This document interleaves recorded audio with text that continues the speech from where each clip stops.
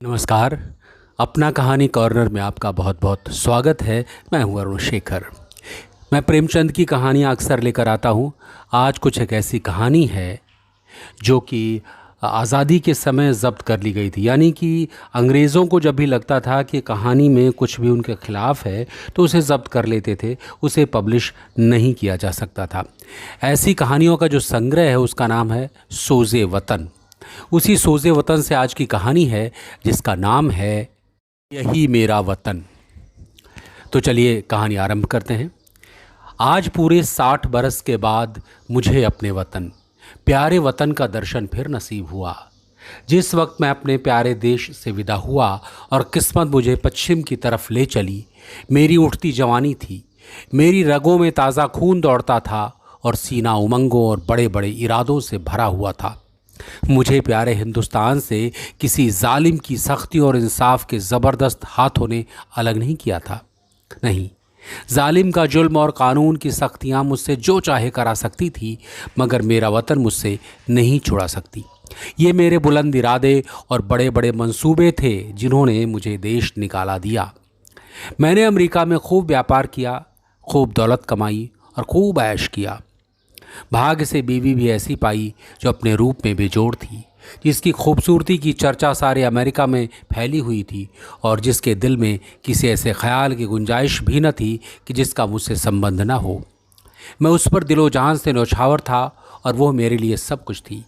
मेरे 5 बेटे हुए, सुंदर, हृष्ट पुष्ट और नेक, जिन्होंने व्यापार को और भी चमकाया और जिनके भोले नन्हे बच्चे उस वक्त मेरी गोद में बैठे हुए थे जब मैंने प्यारी मातृभूमि का अंतिम दर्शन करने के लिए कदम उठाया। मैंने बेशुमार दौलत, वफादार बीवी, सपूत बेटे और प्यारे प्यारे जिगर के टुकड़े, ऐसी ऐसी अनमोल नेमतें छोड़ दी, इसलिए कि प्यारी भारत माता का अंतिम दर्शन कर लूं। मैं बहुत बुढ़ा हो गया था। 10 और हो तो पूरे 100 बरस का हो जाऊं। और अब अगर मेरे दिल में कोई आरजू बाकी है तो वो यही कि अपने देश की खाक पे मिल जाऊं। यह आरजू कुछ आज ही मेरे मन में पैदा नहीं हुई है, उस वक्त भी थी जबकि मेरी बीवी अपने मीठी बातों और नाजुक अदाओं से मेरा दिल खुश किया करती थी। जबकि मेरे नौजवान बेटे सवेरे आकर अपने बूढ़े बाप को अदब से सलाम करते से, उस वक्त भी मेरे जिगर में कांटा सा खटकता था। और वो कांटा ये था कि मैं यहाँ अपने देश से निर्वासित हूँ। ये देश मेरा नहीं है, मैं इस देश का नहीं हूँ। धन मेरा था, बीवी मेरी थी, लड़के मेरे थे और जायदादें मेरी थी, मगर न जाने क्यों मुझे रह रहकर अपनी मातृभूमि के टूटे फूटे झोपड़े, 4-6 बीघा मौरूमी ज़मीन और बचपन के लंगोटिया यारों की याद सताया करती थी। और अक्सर खुशियों की धूमधाम में भी यह ख्याल चुटकी लिया करता था कि काश अपने देश में होता। मगर जिस वक्त बम्बई में जहाज़ से उतरा और काले कोट पतलून पहने टूटी फूटी अंग्रेज़ी बोलते मल्लाह देखे, फिर अंग्रेज़ी दुकानें, ट्रामवे और मोटर गाड़ियाँ नज़र आईं, फिर रबड़ वाले पहियों और मुंह में चुरुट दाबे आदमियों से मुठभेड़ हुई, फिर रेल का स्टेशन और रेल पर सवार होकर अपने गांव को चला, प्यारे गांव को जो हरी भरी पहाड़ियों के बीच में आबाद था, तो मेरी आंखों में आंसू भर आए। मैं खूब रोया, क्योंकि ये मेरा प्यारा देश न था। ये वो देश न था जिसके दर्शन की लालसा हमेशा मेरे दिल में लहरें लिया करती थी।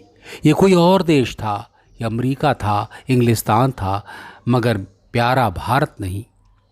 रेलगाड़ी जंगलों, पहाड़ों, नदियों और मैदानों को पार करके मेरे प्यारे गांव के पास पहुंची, जो किसी ज़माने में फूल पत्तों की बहुतायत और नदी नालों की प्रचुरता में स्वर्ग से होड़ करता था।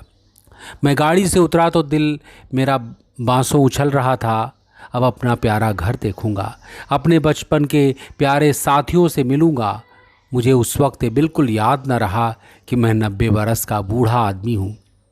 ज्यों-ज्यों मैं गांव के पास पहुंचता था, मेरे कदम जल्द जल्द उठते थे और दिल में एक ऐसी खुशी लहरें मार रही थी जिसे बयान नहीं किया जा सकता था। हर चीज़ पर आंखें फाड़ फाड़ कर निगाह डालता। आहा, ये वो नाला है जिसमें हम रोज़ घोड़े नहलाते और खुद गोते लगाते थे, मगर अब इसके दोनों तरफ कांटेदार तारों की चारदीवारी खींची हुई थी। और सामने एक बंगला था जिसमें 2-3 अंग्रेज़ बंदूक लिए इधर उधर ताक रहे थे। नाले में नहाने या नहलाने की सख्त मनाही थी। गांव में गया और आंखें बचपन के साथियों को ढूंढने लगी, मगर अफसोस उस सब के सब मौत का निवाला बन चुके थे। और मेरा टूटा फूटा झोपड़ा, जिसकी गोद में बरसों तक खेला था, जहां बचपन और बेफिक्रियों के मज़े लूटे थे, जिसका नक्शा अभी तक आंखों में फिर रहा था, वो अब एक मिट्टी का ढेर बन गया था। जगह गैर आबाद न थी। सैकड़ों आदमी चलते फिरते नज़र आए जो अदालत और कलेक्ट्री और थाने पुलिस की बातें कर रहे थे। उनके चेहरे बेजान और फिक्र में डूबे हुए थे। वो सब दुनिया की परेशानियों से टूटे हुए मालूम होते थे। मेरे साथियों के हृष्ट पुष्ट सुंदर गोरे चिट्टे नौजवान कहीं न दिखाई दिए। वह अखाड़ा जिनकी मेरे हाथों से बुनियाद डाली गई थी, वह एक टूटा फूटा स्कूल था और उसमें गिनती के बीमार शक्ल सूरत के बच्चे, जिनके चेहरों पर भूख लगी थी, चिथड़े लगाए बैठे ऊँघ रहे थे। नहीं, ये मेरा देश नहीं है। ये देश देखने के लिए मैं इतनी दूर से नहीं आया हूँ। ये कोई और देश है, मेरा प्यारा भारत नहीं। उस बरगद के पेड़ की तरफ दौड़ा जिसकी सुहानी छाया में हमने बचपन के मज़े लूटे थे, जो हमारे बचपन का हिंडोला और जवानी की आरामगाह था। इस प्यारे बरगद को देखते ही रोना सा आने लगा और ऐसी हसरत भरी, तड़पाने वाली और दर्दनाक यादें ताज़ा हो गई कि घंटों ज़मीन पर बैठकर रोता रहा।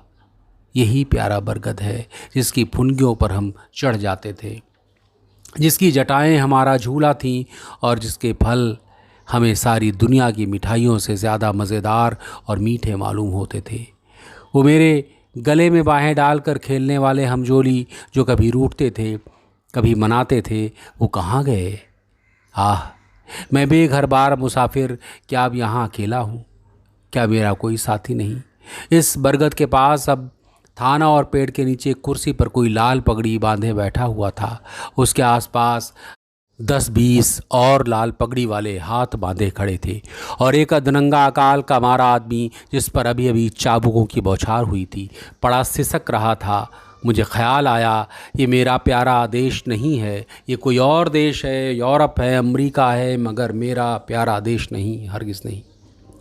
इधर से निराश होकर मैं उस चौपाल की ओर चला गया जहाँ शाम को पिताजी गांव के और बड़े बूढ़ों के साथ हुक्का पीते और हंसी दिल लगी करते थे। हम भी उस टाट पर कलाबाजियाँ खाया करते। कभी कभी वहाँ पंचायत भी बैठती थी, जिसके सरपंच हमेशा पिताजी ही होते थे। इसी चौपाल से लगी हुई गौशाला थी जहाँ गांव भर की गायें रखी जाती थी और हम यहीं बछड़ों के साथ कुलेले किया करते थे। अफसोस अब इस चौपाल का पता न था। वहाँ अब गांव के टीका लगाने का स्टेशन और एक डाक खाना था।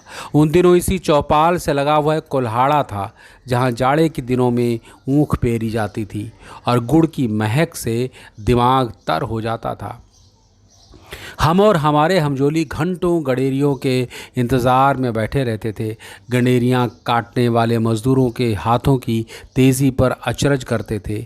जहाँ सैकड़ों बार मैंने कच्चा रस और पक्का दूध मिलाकर पिया था, यहाँ आसपास के घरों से औरतें और बच्चे अपने अपने घड़े लेकर आते और उन्हें रस से भरवा कर ले जाते। अफसोस वो कोल्हू भी अभी ज्यों के त्यों गड़े हुए हैं, मगर देखो, कोल्हाड़े की जगह पर अब एक सन लपेटने वाली मशीन है और उसके सामने एक तंबोली और सिगरेट की दुकान है। इन दिल की छलनी करने वाले दृश्यों से दुखी होकर मैंने एक आदमी से, जो सूरत से शरीफ नज़र आता था, कहा, बाबा, मैं परदेशी मुसाफिर हूँ, रात भर पड़े रहने के लिए मुझे जगह दे दो। इस आदमी ने मुझे सर से पैर तक घूर कर देखा और बोला, आगे जाओ, यहाँ जगह नहीं है। मैं आगे गया और यहाँ से फिर हुक्म मिला, आगे जाओ। 5वीं बार सवाल करने पर एक साहब ने मुट्ठी भर चने मेरे हाथ पर रख दिए। चने मेरे हाथ से छूटकर गिर पड़े और आंखों से आंसू बहने लगे। आए, ये मेरा प्यारा देश नहीं है, ये कोई और देश है। ये हमारा मेहमान और मुसाफिर की आवभगत करने वाला प्यारा देश नहीं है, हरगिज़ नहीं है।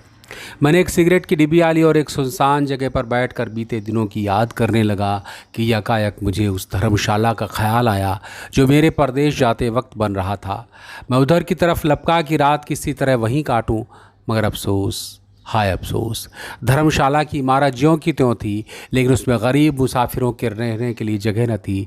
शराब और शराबखोरी, जुआ और बदचलनी का वहाँ अड्डा था। यह हालत देखकर बरबस दिल से एक ठंडी और आह निकली। मैं ज़ोर से चीख उठा, नहीं नहीं, और 1000 बार नहीं, ये मेरा वतन, ये मेरा प्यारा देश, प्यारा भारत नहीं है, ये कोई और देश है। यह यूरोप है, अमेरिका है, मगर भारत हरगिज़ नहीं। अंधेरी रात थी, गीदड़ और कुत्ते अपने राग अलाप रहे थे। मैं दर्द भरा दिल लिए उसी नाले के किनारे जाकर बैठ गया और सोचने लगा कि अब क्या करूं। क्या फिर अपने प्यारे बच्चों के पास वापस लौट जाऊं और अपनी नामुराद मिट्टी अमेरिका की खाक में मिलाऊं? अब तो मेरा कोई वतन न था। पहले मैं वतन से अलग ज़रूर था, मगर प्यारे वतन की याद दिल में बनी हुई थी। अब बेवतन हूँ, मेरा कोई वतन नहीं। इसी सोच विचार में बहुत देर तक चुपचाप घुटने दिए बैठा रहा। बात आँखों ही आँखों में कट गई। घड़ियाल ने 3 बजाए और किसी की गाने की आवाज़ कानों में आई। दिल ने गुदगुदाया, ये तो वतन का नगमा है, अपने देश का राग है। मैं झट उठ खड़ा हुआ। क्या देखता हूँ, 15-20 औरतें, बूढ़ी, कमज़ोर, सफ़ेद धोतियाँ पहने, हाथों में लोटे लिए स्नान को जा रही हैं और गाती जा रही हैं, प्रभु मेरे अवगुण चित न धरो। इस मादक और तड़पा देने वाले राग से मेरे दिल की जो हालत हुई, उसका बयान करना मुश्किल है। मैंने अमेरिका की चंचल से चंचल, हंसमुख से हंसमुख सुंदरियों की आलाप सुनी थी और उनकी ज़बानों से मोहब्बत और प्यार के बोल सुने थे, जो मोहक गीतों से भी ज़्यादा मीठे थे। मैंने प्यारे बच्चों के अधूरे बोलों और तोतली बोली का आनंद उठाया था। मैंने सुरीली चिड़ियों का चहचहाना सुना था, मगर जो लुत्फ़, जो मज़ा, जो आनंद मुझे गीत में आया, वो ज़िंदगी में कभी और हासिल न हुआ था। मैंने खुद गुनगुनाना शुरू किया, प्रभु मेरे अवगुण चित न धरो। तन्मय हो रहा था कि फिर मुझे बहुत से आदमियों की बोलचाल सुनाई पड़ी और कुछ लोग हाथों में पीतल के कमंडल लिए शिव शिव, हर हर गंगे, हर हर गंगे, नारायण नारायण कहते हुए दिखाई दिए। मेरे दिल ने फिर गुदगुदाया, ये तो मेरे प्यारे देश की बातें हैं। मारे खुशी के दिल बाग बाग हो गया। मैं इन आदमियों के साथ हो लिया। 1 2 3 4 5 6 मील पहाड़ी रास्ता पार करने के बाद हम उस नदी के किनारे पहुँचे जिसका नाम पवित्र है, जिसकी लहरों में डुबकी लगाना और जिसकी गोद में मरना हर हिंदू सबसे बड़ा पुण्य समझता है। गंगा मेरे प्यारे गांव से 6-7 मील पर बहती थी और किसी ज़माने में सुबह के वक्त घोड़े पर चढ़कर गंगा माता के दर्शन को आया करता था। उनके दर्शन की कामना मेरे दिल में हमेशा थी। यहाँ मैंने हज़ारों आदमियों को इस सर्द ठिठुरते हुए पानी में डुबकी लगाते देखा। कुछ लोग बालू पर बैठ गए, गायत्री मंत्र जपने लगे। कुछ लोग हवन करने में लगे हुए थे, कुछ लोग माथे पर टीके लगा रहे थे और कुछ लोग वेद मंत्र सस्वर पढ़ रहे थे। मेरे दिल ने फिर गुदगुदाया और मैं ज़ोर से कह उठा, हाँ हाँ, यही मेरा देश है, यही मेरा प्यारा वतन है, यही मेरा भारत है और इसी के दर्शन की, इसी की मिट्टी में मिल जाने की आरज़ू मेरे दिल में थी। मैं खुशी में पागल हो रहा था। मैंने अपना पुराना कोट पतलून उतार कर फेंका, जाकर गंगा माता की गोद में गिर पड़ा। जैसे कोई ना समझ भोला भाला बच्चा दिन भर पराए लोगों के साथ रहने के बाद शाम को अपनी प्यारी माँ की गोद में दौड़कर चला जाए, उसकी छाती से लिपट जाए। हाँ, अब अपने देश में हूँ, ये मेरा प्यारा वतन है, ये लोग मेरे भाई, गंगा मेरी माता है। मैंने ठीक गंगा जी के किनारे एक छोटी सी झोपड़ी बनवा ली है और अब मुझे सिवाय राम नाम जपने के और कोई काम नहीं। मैं रोज़ शाम सवेरे गंगा स्नान करता हूँ। ये मेरी लालसा है कि किसी जगह मेरा दम निकले और मेरी हड्डियाँ गंगा माता की लहरों की भेंट चढ़ें। मेरे लड़के और मेरी बीवी मुझे बार बार बुलाते हैं, मगर अब मैं ये गंगा का किनारा, ये प्यारा देश छोड़कर वहाँ नहीं जा सकता। मैं अपनी मिट्टी गंगा जी को सौंपूँगा। अब दुनिया की कोई इच्छा, कोई आकांक्षा मुझे यहाँ से नहीं हटा सकती, क्योंकि ये मेरा प्यारा देश, मेरी प्यारी मातृभूमि है और मेरी लालसा है कि मैं अपने देश में मरूं। तो ये थी देशभक्ति से परिपूर्ण प्रेमचंद की कहानी, मेरा वतन, यानी कि यही है मेरा वतन।